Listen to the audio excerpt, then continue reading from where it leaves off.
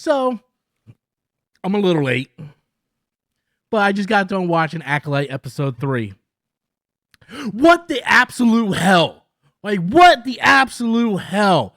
Oh my God, talk about taking Star Wars and just completely ruining everything that Mr. George Lucas made. Everything that he created, just taking an absolute shit on it. Like, what's going on? What are we doing here? What's going on with the Force? Like, Anakin, oh my God, Anakin, the chosen one Force person. Well, that's out of the window now. Screw that crap. That doesn't matter anymore because we could just conjure up people from the Force anywhere. You see this shirt? You see this shirt? Huh? You see it? You see it? You know what? It doesn't mean crap anymore. It belongs right in the trash. It's trash. Absolute trash. Just like this show, just like Disney and what they're doing to George Lucas's legacy, they're ruining Star Wars. No, they're not ruining. They ruined it. It's over. It's D-E-A-D, dead, exclamation mark, dead. They absolutely destroyed Star Wars single-handedly with this show. Like, it's been a slow burn, slow death. Star Wars was slowly dying, and then the Acolyte came along and just put the final dagger into the heart of Star Wars, and then just stepped on it and did the cha-cha-racha, whatever. Ba-ba-da, ba-ba-da, ooh yeah, ooh yeah, ooh, all over the corpse of Star Wars. Okay, now that's out of the way, do you actually want to sit and talk about this? Or do you want me to continue on with this crazy charade that I just put on in front of you guys? Because let's be honest, it's not that bad. Okay, guys, so I did watch episode 3 of The Acolyte, and I did not like the episode, me personally. I didn't think it was all that great. I felt it was a little slow, a little boring. Not the best episode of the 3 so far. A lot of character development, getting us to understand why we should like these twins. One good, one bad, whatnot. They did a lot of different things in this episode, and they did kind of tamper with the legacy of the Force, of what we know of the Force. So I wanted to come in and just kind of act like everybody that is currently on Twitter right now, because everybody's just losing their absolute mind on Twitter over this episode.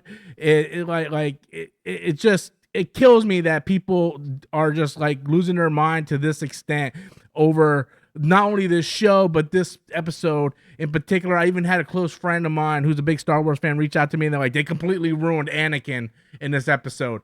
And I don't see it that way. I don't see it that way. If you guys want to have a logical discussion, I can bring up some key points on why I don't see it that way. If you want more of, this sucks,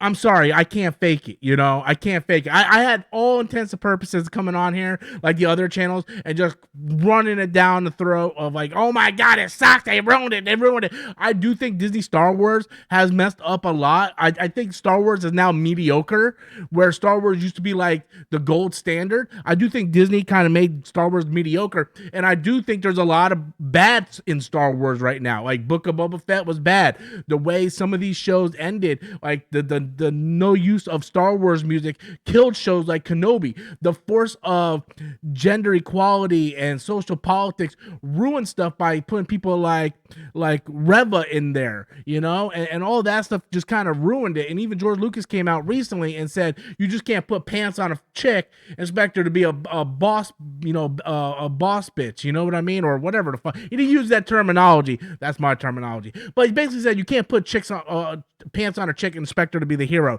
You have to write them well. So with that said, let me get into the things about the Acolyte that I see a different perspective on. So in this episode, they introduced some different things. Apparently, the two girls, the two main characters, were created using the Force. Now, a lot of people are like, well, that completely ruins Anakin. Anakin was like he was the chosen one. He was manifested by the Force. Well, not really. It's in canon that Palpatine created Anakin.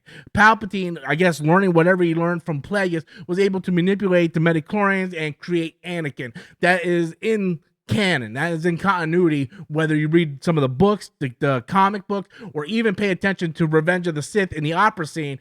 I mean, he basically confessed it to Anakin, like, yeah, he can even, manipulate the midichlorians to create life. So it's all there. He created Anakin. So if Palpatine can create a person using midichlorians, then why can't other beings do it as well? I look at it like, okay, you have this tribe of witches. They're using dark magic, and they did something to manipulate the Force in order to create these two twins. They kept it very, very hush-hush, even within the episode when the two mothers are arguing back and forth. They're like, well, don't make me tell the Jedi how you created them. So they created them, yes, using the Force, but we don't know what else she used, what kind of dark magic she used to create the Force. So to me, that doesn't take a shit on Anakin's legacy at all. Anakin is still the chosen one. He is still the one that brought balance to the Force. Like, all that stuff still happened. It's just, hey, this is taking decades and decades and like generations before like Phantom Menace. So we can't sit there and just say, oh, well, this is the only time it's ever happened in history, especially when we've seen it done by Palpatine and whatnot.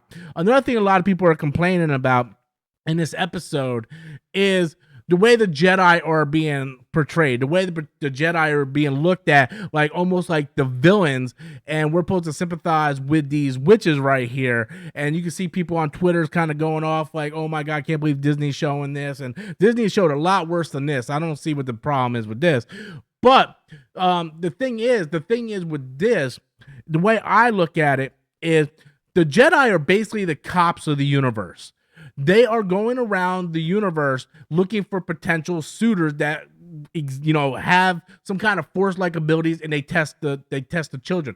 This has been done for generations. Now, it looks like they have the mandate to take the kids if they want to. Again, this is 100 years before. We don't know how the law in the Republic has changed. Right now, the law is if they show Force abilities, they have the right to do that, right? You look at our country here in the United States of America, the law has changed from now, 2024, you go all the way back to 1924, the law is completely different from 1924 to 2024. That's a 100-year span. So you're telling me that 100 years in the Star Wars universe, laws haven't changed? It ain't that the Jedi is being portrayed as villains. It's just like this is what they were like back then. Has nothing to do with them being portrayed as villains. I thought they made it very quite clear, like, these witches are up to some shady shit. The Jedi have been following, keeping tabs on them, and they want to take the Force-sensitive children away from them because they don't know what they're up to. I thought that was very quite clear. Another thing that I want to talk about is the use of the Force. These witches, they call the Force the thread. They call the Force the thread. They don't call it the Force. And I don't have a problem with that either if you use common sense and common logic here. Look at our religions. The Force is a religion. Han Solo even said it, like, it's a religion. Even Tarkin said, there's not much left of your ancient religion. The Force has always been seen as a religion, and the Jedi worship that religion of the Force. But there's also millions and millions of different planets in the solar system in Star Wars. And you're telling me that every one of them is like, oh yeah, that's the Force. Look at our own planet. Look at planet Earth, right? Different countries have different religions. Like we all worship God, but we all look at God a different way. Unless you're an atheist, then you don't believe in God. But whether you're talking about Christianity or Catholic or Muslim, like each different country and different culture has their own way of looking at religion. And if you look at Star Wars that same way, you're not going to sit there and tell me that with thousands of planets inside the Star Wars galaxy, that each one of those planets automatically just sit there and go, no, yeah, that's the Force. No, it would make sense that these witches will look at it and like, we call this the thread. She even acknowledges that the Jedi call this the Force. We call this the thread. They use that Force, that thread to create these two girls. I don't see anything wrong with what they did. Everything was explained perfectly well. Now, if you want to go out like a fool and go, this is stupid. Oh my God, this is stupid, to get clicks on your YouTube channel, then okay. all right, that's fine.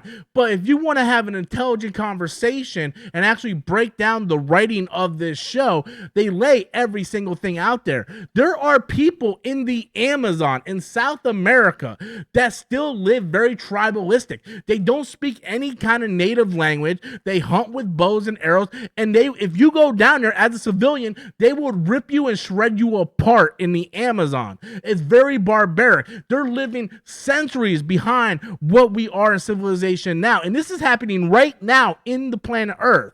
So you're telling me thousands of planets in the galaxy that like different people wouldn't look at the Force as different religions, especially when we have all types of different religions. And not only that, between the Jedi and these witches, it looks like they're going to battle, but how many times in our history of the human race has war been fought over religion?